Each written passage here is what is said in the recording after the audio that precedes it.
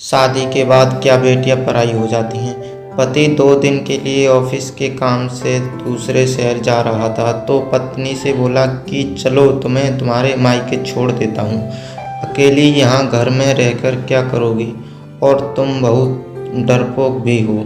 वह खुशी खुशी तैयार हो गई। मायके के घर का दरवाज़ा खुला था। माँ और बाबा बाहर बालकनी में बैठे खाना खा रहे थे। अचार और चटनी के साथ हालचाल पूछने के बाद उसने अपने बाबा से कहा, आप तो कभी अचार और चटनी के साथ रोटी नहीं खाते, तो आज क्यों? तो बाबा ने कहा, बेटा जी कभी कभी खा लेनी चाहिए, इसका भी अपना ही अलग ही मज़ा है। उसने अपने पिता की आंखों में लाचारी देख ली थी। उतने में भाभी बाहर आई और चेहरे पर झूठी मुस्कान सजाए पूछने लगी, रहने आई हो? उसने खुश होते हुए कहा, भाभी मेरे पति 2 दिन के लिए दूसरे शहर गए हैं तो मुझे यहाँ छोड़ गई। भाभी कहने लगी, बैठो मैं तुम्हारे लिए चाय पानी लेकर आती हूँ।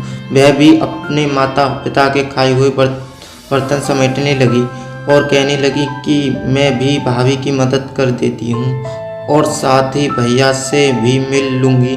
जय कहते हुए वह अंदर चली गई। बर्तन किचन में रखकर वह भाई के कमरे की ओर चल पड़ी तो उसे भाई और भाभी की बातों की आवाज़ सुनाई दी। भाभी और भैया से कह रही थी, तुम्हारी बहन ब्याह कर तो गई है लेकिन अम्मा बाबा की चौखट ना छोड़ी अभी तक। जिसका भी दिल करता है मुंह उठाए बच्चों समेत चली आती है। तो भैया गुस्से से कहने लगा, तेरा क्या खाती है, यहाँ नहीं आएगी तो कहाँ जाएगी?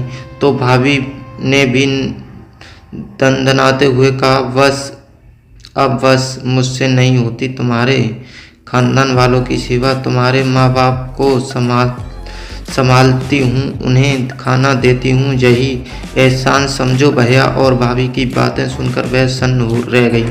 उसकी आवाज़ तो उसके मुंह में ही दब के रह गई और वह उल्टे पांव वापस होने लगी।